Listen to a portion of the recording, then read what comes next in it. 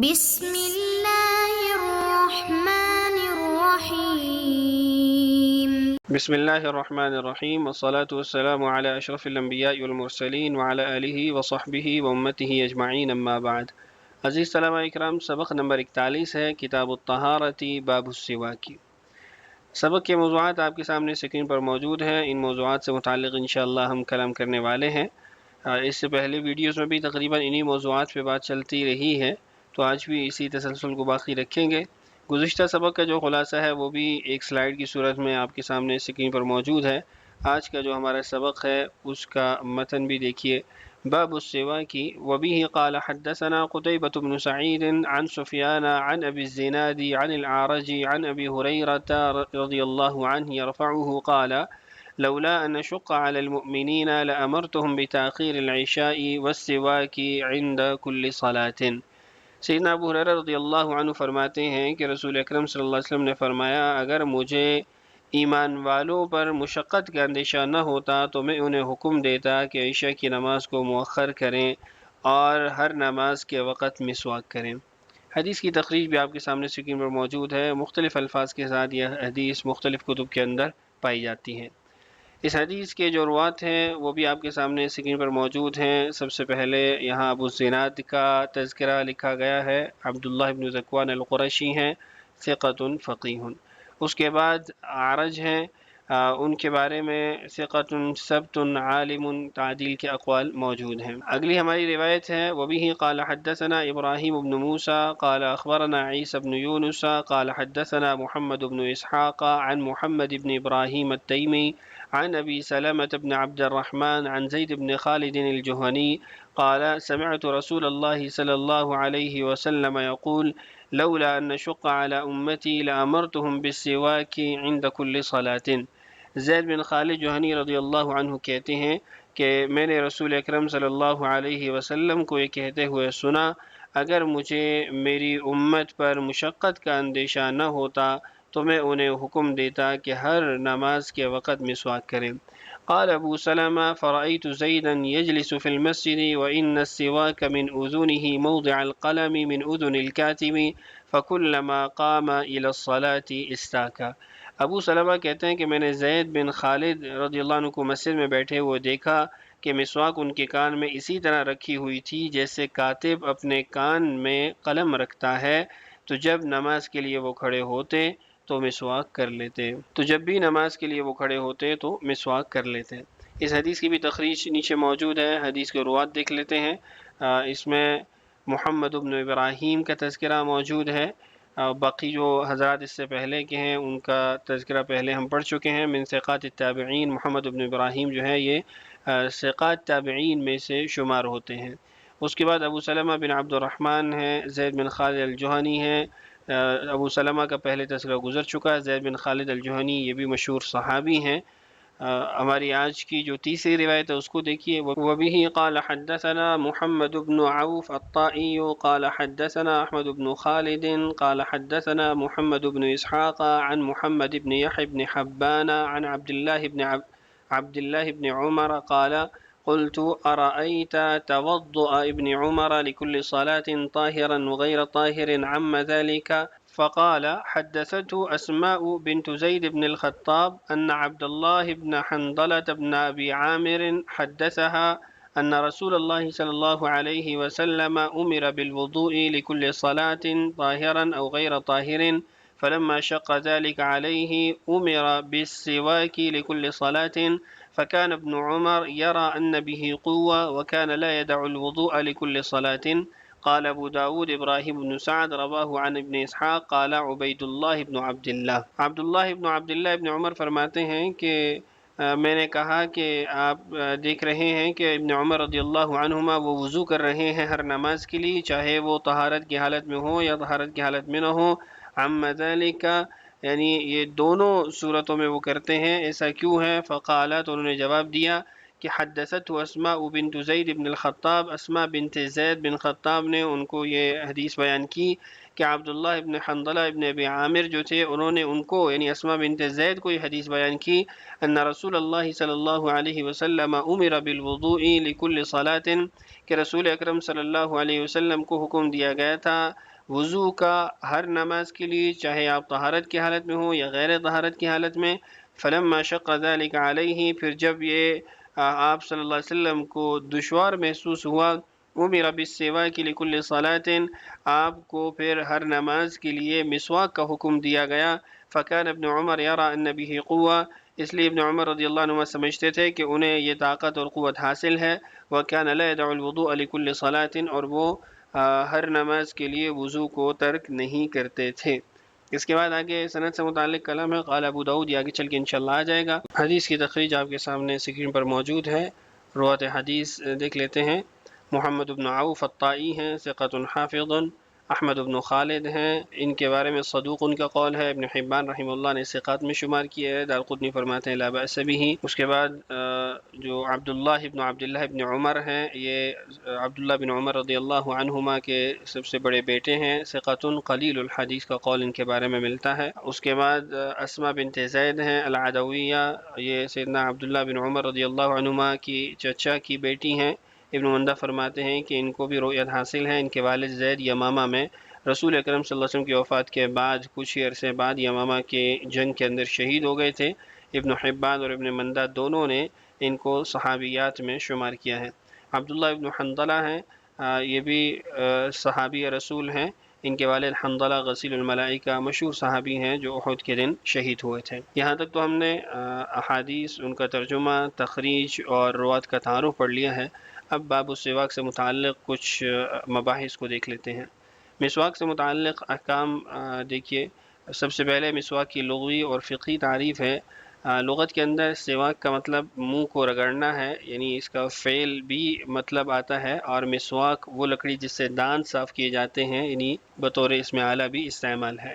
اس کی جمع سوکن اور سوکن دونوں جائز ہیں، دونوں طرح سے اس کو پڑھ سکتے ہیں، جیسے کتابن کتبن ہے تو ایسے ہی سواکن سوکن بھی اس کو پڑھیں گے، اور سوکن وہ پھر صرفی تعلیل ہے، اس کو بھی آپ پڑھ سکتے ہیں۔ اصطلاحی طور پہ علماء کے نزدیک مسواک وہ لکڑی یا چیز ہے جس سے دانتوں کی صفائی کی جائے تاکہ پیلاہٹ اور میل کچیل دور ہو جائے۔ مسواک کی مستحب صفات دیکھیے، مسواک خشک ہو تو گیلا کرنا بہتر ہے، مسواک کو استعمال کے بعد دھونا مستحب ہے، مسواک کی جو موٹائی چھوٹی انگلی کے برابر ہونی چاہیے، اور جو لمبائی ہے وہ ایک بالشت ہو شروع کے اندر، ابتدا کے اندر، اور سیدھی اور کم گرا والی ہونی چاہیے۔ تلخ درخت کی لکڑی ہو زیادہ بہتر ہے، سب سے بہتر اراک ہے اور پھر زیتون ہے۔ احادیث کے اندر ان کی جو ہے وہ تعریفات آئی ہیں، رسول اکرم صلی اللہ علیہ وسلم نے ان کو پسند فرمایا ہے۔ اسی طرح مسواک کے مصنون مواقع کون کون سے ہیں، آپ کے سامنے البحر الرائق سے 7 مواقع لکھے گئے ہیں۔ پہلا موقع ہے دانتوں کے زرد ہونے کے وقت، دوسرا منہ کی بو متغیر ہونے کے وقت، تیسرا نیند سے بیدار ہونے کے وقت، چوتھا نماز کے لیے کھڑا ہونے کے موقع پر، اور یہ اس شخص کے لیے جس کے مسوڑوں سے مسواک کی وجہ سے خون نہ نکلتا ہو، گھر میں داخل ہوتے وقت، قرآن مجید کی تلاوت کے لیے، اور کسی مجلس میں شرکت کے لیے۔ یہ 7 مواقع ہیں، اس کے علاوہ اور مواقع بھی موجود ہیں، البحر الرائق سے آپ کے لیے ہم نے اس کو نقل کیا ہے۔ متبادل صورتیں کیا ہیں، جب آدمی کے پاس مسواک نہ ہو تو، اگر مسواک نہ ہو تو انگلی یا کوئی صاف کھردری چیز استعمال کی جا سکتی ہے۔ سیدنا عائشہ اور سیدنا انس رضی اللہ عنہما کی روایت یہاں موجود ہے، جس کو آپ ملاحظہ کر سکتے ہیں۔ اس کے علاوہ ممنوع جو لکڑی ہے اس میں ریحان کی لکڑی ہے، رسول اکرم صلی اللہ علیہ وسلم نے منع فرمایا کہ یہ جذام کو ابھارتا ہے۔ خواتین کے لیے مسواک کا استعمال درست ہے، لیکن زیادہ بہتر جو ہے وہ علق ہے، یعنی گوند جو درختوں سے نکلتا ہے، اس کو بطور مسواک استعمال کیا جا سکتا ہے۔ طریقہ استعمال کیا ہے، تو مسواک کا طریقہ استعمال یہ ہے کہ اسے افقی انداز میں دانتوں پر رگڑا جائے، نہ کہ عمودی طور پر، یعنی عرضاً کیا جائے، نہ کہ طولاً۔ اس کا وقت وضو کی مزمزہ کے ساتھ مقرر ہے، کلی کے ساتھ مقرر ہے، یعنی جب وضو کے دوران کلی کی جائے۔ مسواک دانتوں اور زبان دونوں پر استعمال کی جائے، آگے کچھ احادیث میں انشاءاللہ آنے والی ہیں، یہاں تک کہ منہ کی بدبو زائل ہو جائے اور دل کو اطمینان حاصل ہو۔ مستحب ہے کہ مسواک کو دائیں ہاتھ سے پکڑا جائے اور 3 بار 3 مختلف پانیوں سے استعمال کیا جائے، وضو کے علاوہ کے مستحب اوقات بھی ہیں جن کو ہم پہلے پڑھ چکے ہیں۔ مسواک کا حکم کیا ہے؟ تو الدر المنضود علی سنن ابی داؤد سے ہی آپ کے سامنے نقل کرتے ہیں، کچھ اختلافی مسائل بھی ہیں۔ تو سب سے پہلے جو ہم آپ کے سامنے بحث رکھنے لگے ہیں وہ مسواک کا حکم ہے، جلد 1 صفحہ 158 پر یہ موجود ہے۔ مسواک کا حکم فرماتے ہیں بعض علماء نے اس کی سنیت پر اجماع نقل کیا ہے، لیکن نقل اجماع صحیح نہیں، کیونکہ اس میں اختلاف ہے۔ ائمہ اربعہ تو اس بات پر متفق ہے کہ صرف سنت ہے، واجب نہیں ہے، اور ظاہریہ کے نزدیک مطلقاً واجب ہے، اور ابن حزم ظاہری صرف جمعہ کے دن اس کے وجوب کے قائل ہیں۔ اسحاق بن راہوے کی طرف نسبت کی جاتی ہے کہ ان کے نزدیک مسواک عند التذکر صحت صلاۃ کے لیے شرط ہے اور نسیان کے وقت معاف ہے، لیکن امام نووی رحمۃ اللہ نے اس انتصاب کا انکار کیا ہے، یعنی ان کا مذہب یہ نقل کرنا صحیح نہیں ہے۔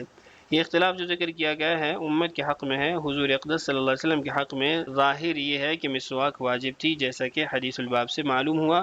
ہم اس سے پہلے ابن عمر رضی اللہ عنہما والی جو روایت پڑھ چکے ہیں اس میں اس بات کی صراحت موجود ہے، فلما شق ذلك علیہ امر بالسواک لکل صلاۃ، تو رسول اکرم صلی اللہ علیہ وسلم کے لیے تو واجب تھی، امت کے حق میں سنت تھی یا واجب تھی، اس میں پھر ائمہ کا اختلاف ہو گیا۔ ائمہ اربعہ کی حد تک دیکھا جائے تو ان کا اس بات پہ اجماع موجود ہے کہ مسواک سنت ہے۔ اس کے بعد وقت مسواک کا بیان ہے، اور اس میں ائمہ کا اختلاف ہے۔ شافعیہ اور حنابلہ کے یہاں تو مسواک یہ سنن وضو اور سنن صلاۃ دونوں سے مستقلاً ہے، جبکہ حنفیہ کے یہاں مشہور قول کی بنا پر صرف سنن وضو سے ہے، نہ کہ سنن صلاۃ سے، یعنی شافعیہ اور حنابلہ کے نزدیک وضو کے وقت بھی مسواک کی جائے گی اور نماز سے پہلے بھی مسواک کی جائے گی، اور یہ دونوں علیحدہ علیحدہ مستقل سنتیں ہیں، جبکہ حنفیہ کے یہاں مشہور قول تو یہ ہے کہ صرف سنن وضو سے ہے، نہ کہ سنن صلاۃ سے، لیکن ایک قول ہمارے ہاں بھی نماز کے وقت مسواک کرنے کا پایا جاتا ہے کہ مستحب ہے۔ ابن الحمام رحمہ اللہ نے بھی اس کو نقل کیا فتح القدیر میں، اور البحر الرائق سے بھی آپ اس کو دیکھ چکے ہیں۔ 5 اوقات ابن الحمام رحمہ اللہ نے نقل کیے، اور 7 جو ہیں وہ البحر الرائق میں ذکر کیے گئے ہیں۔ تو اس میں ایک یہ بھی ہے کہ عند القیام الی الصلاۃ، جب نماز کے لیے ارادہ کرے یا نماز کے لیے کھڑا ہو۔ سو اس قول کی بنا پر ہمارے اور شافعیہ کے درمیان فرق یہ ہوگا کہ ہمارے یہاں مؤکد یعنی سنت ہے عند الوضو، اور غیر مؤکد یعنی مستحب ہے عند الصلاۃ، اور شافعیہ کے نزدیک نماز کے وقت بھی مؤکد ہے اور وضو کے وقت بھی مؤکد ہے۔ مالکیہ کتب سے معلوم ہوتا ہے کہ ان کے یہاں بھی وہ سنن وضو سے ہے، لیکن ان کے یہاں ذرا تفصیل ہے، اور وہ یہ ہے کہ اگر وضو اور نماز کے درمیان زیادہ فصل ہو گیا تو پھر اس صورت میں عند الصلاۃ بھی سنت ہے۔ میں کہتا ہوں یعنی عبد المندود کے مصنف کہ ہمیں اور آپ کو بھی ایسا ہی کرنا چاہیے۔ اگر کسی شخص کی وضو پہلے سے ہے اور اس کا تجدید وضو کا ارادہ نہیں ہے تو نماز سے پہلے صرف مسواک کر لیں، اس لیے کہ آخر ہمارے یہاں بھی ایک قول استحباب عند الصلاۃ کا ہے، اور کتب مالکیہ میں تو اس کی تصریح بھی موجود ہے۔ بہرحال خلاصہ یہ نکلا کہ عند القیام الی الصلاۃ ہمارے ہاں مستحب ہے، لیکن پہلے بھی بتایا کہ یہ اس آدمی کے لیے کہ جس کے مسوڑوں سے خون نہ نکلتا ہو مسواک سے، یا پھر وہ اس طریقے سے مسواک کرے کہ مسوڑوں کو نہ چھیڑے کہ اس سے خون نکلے، صرف دانتوں کے اوپر اس کو مل لے تاکہ سنت بھی پوری ہو جائے۔ اگر مسوڑوں پہ ملتا ہے تو ہمارے نزدیک تو خون نکلنے سے اس کا وضو ہی ٹوٹ جائے گا۔ شافعیہ کے نزدیک چونکہ خون نکلنے سے وضو نہیں ٹوٹتا تو ان کے ہاں پھر یہاں پہ وسعت پائی جاتی ہے۔ یہ جو بحث ہم نے پڑھی ہے وقت مسواک کے حوالے سے کہ حنابلہ اور شافعیہ کے نزدیک مسواک نماز سے پہلے بھی مستقل سنت ہے اور وضو میں بھی مستقل سنت ہے، جبکہ حنفیہ کے نزدیک وضو کے وقت مستقل سنت ہے، نہ کہ نماز سے پہلے مستقل سنت۔ اس کا جو مدار ہے یا اس ساری بحث کا جو تعلق ہے وہ ان احادیث کے ساتھ ہے جن میں رسول اکرم صلی اللہ علیہ وسلم نے مسواک کرنے کا وقت بیان فرمایا ہے۔ 4 قسم کی احادیث ہیں، عند کل وضو، مع کل وضو، یہ ساری احادیث تو مستقل دلیل ہیں حنفیہ کے مذہب کی۔ عند کل صلاۃ، مع کل صلاۃ، یہ الفاظ جہاں جن احادیث میں آئے ہیں تو یہ مستقل دلیل ہے حنابلہ اور شافعیہ کے مذہب کی۔ لیکن عند کل صلاۃ مع کل صلاۃ کے اندر حنفیہ جو تعویل کرتے ہیں یا جو اس کی وضاحت کرتے ہیں، اس کے عام طور پہ تو لفظ مقدر مان کے اس کو وضو کے ساتھ متعلق کر دیا جاتا ہے کہ عند وضوء کل صلاۃ یا مع وضوء کل صلاۃ، وضو کا لفظ وہاں مقدر مان کے اس طرف اس کا معنی محمول کر لیا جاتا ہے، وہ احتمال نقل کر دیا جاتا ہے۔ لیکن یہاں فتح الملہم سے ایک بہت خوبصورت بحث نقل کی گئی ہے، اور بڑے اچھے طریقے سے اس کو واضح کیا گیا ہے، اس کو دیکھ لیتے ہیں۔ تو یہ جو لفظ مقدر مانا جاتا ہے حنفیہ کے نزدیک، اس کی حاجت بھی باقی نہیں رہے گی۔ دیکھیے فتح الملہم میں اس سلسلہ میں ایک نفیس تحقیق فرمائی ہے، وہ یہ ہے کہ اس اختلاف اور بحث کا مدار الفاظ واردہ فی الحدیث پر ہے۔ اس سلسلہ میں 4 قسم کی روایات ہیں: عند کل وضوء، مع کل وضوء، عند کل صلاۃ، مع کل صلاۃ۔ حاصل یہ ہے کہ صلاۃ اور وضو دونوں کے ساتھ احادیث میں مسواک کا ذکر وارد ہے، پھر دونوں میں 2 صورتیں ہیں، عند کے لفظ کے ساتھ اور مع کے لفظ کے ساتھ، مع کل وضوء، عند کل وضوء، مع کل صلاۃ، عند کل صلاۃ۔ اب فرماتے ہیں کہ لفظ مع کا مدلول اتصال اور معیت ہے، بخلاف عند کے کہ وہ اتصال اور قرب دونوں پر صادق آتا ہے۔ عندہ جب بولا جائے تو ممکن ہے، احتمال ہے کہ متصل مسواک کرے، یا پھر عندہ سے مراد یہ بھی لیا جا سکتا ہے کہ نماز کے قریب قریب وہ اس مسواک کر لے، یعنی نماز سے قریب میں پھر وضو ہی ہوتا ہے تو اسی میں وہ مسواک کرے گا۔ جبکہ مع جو ہے وہ پھر معیت کے لیے آتا ہے کہ فوراً اسی وقت۔ فرماتے ہیں اس کے بعد آپ سمجھیے صلاۃ کے ساتھ مشہور روایات میں لفظ عند وارد ہے کہ عند کل صلاۃ، مشہور جو روایت ہے ان میں عند کل صلاۃ ہے، اور وضو کے بارے میں لفظ عند اور لفظ مع دونوں کثرت کے ساتھ وارد ہوئے ہیں، لہذا جو مسواک وضو کے وقت ہو رہی ہے اس پر عند کل وضو اور مع کل وضو دونوں روایتیں صادق آتی ہیں، اور دونوں سے مراد معیت ہوگی، اتصال ہوگا۔ اسی طرح عند کل صلاۃ بھی وہاں صادق آ رہا ہے، چونکہ عند کے اندر قرب کا معنی بھی پایا جاتا ہے، تو قرب وہ پھر وضو سے مراد ہوگا کہ نماز کے قریب قریب ہی آپ وضو کرتے ہیں، کیونکہ عند کا مقتضی صرف مقارنت و اتصال نہیں بلکہ قرب پر بھی صادق آتا ہے۔ البتہ مع کل صلاۃ والی جو احادیث ہیں وہاں پر یہ صادق نہیں آئے گا، چونکہ اس سے تو پھر معیت اور اتصال ثابت ہوتا ہے۔ تو اس کا جواب یہ ہے کہ یہ لفظ اگرچہ بخاری کی ایک روایت میں وارد ہے لیکن خلاف مشہور ہے، چنانچہ حافظ رحمہ اللہ نے اس کے شاذ ہونے کی طرف اشارہ کیا ہے۔ حاصل یہ ہے کہ جو لفظ ہمارے خلاف ہو سکتا ہے وہی شاذ ہے، یعنی حنفیہ کے خلاف جو دلیل قائم کی جاتی ہے مع کل صلاۃ، مع کے کلمہ سے، تو وہی شاذ ہے۔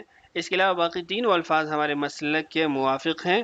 تقریر بالا سے یہ بھی واضح ہو گیا کہ عند کل صلاۃ والی روایات میں حنفیہ کے نزدیک مضاف محذوف ماننے کی حاجت نہیں، جیسا کہ بعض کرتے ہیں۔ اب اس تقریر سے تمام روایات مجتمع اور متفق ہو جاتی ہیں۔ آج کی اس ویڈیو میں ہم یہیں تک اکتفا کر لیتے ہیں، کچھ مزید مباحث ہیں وہ انشاءاللہ اگلی ویڈیو میں دیکھ لیتے ہیں، دورانیہ ویڈیو کا بڑھ چکا ہے۔ اللہ تعالی ہم سب کا حامی و ناصر ہو۔ السلام علیکم ورحمۃ اللہ وبرکاتہ۔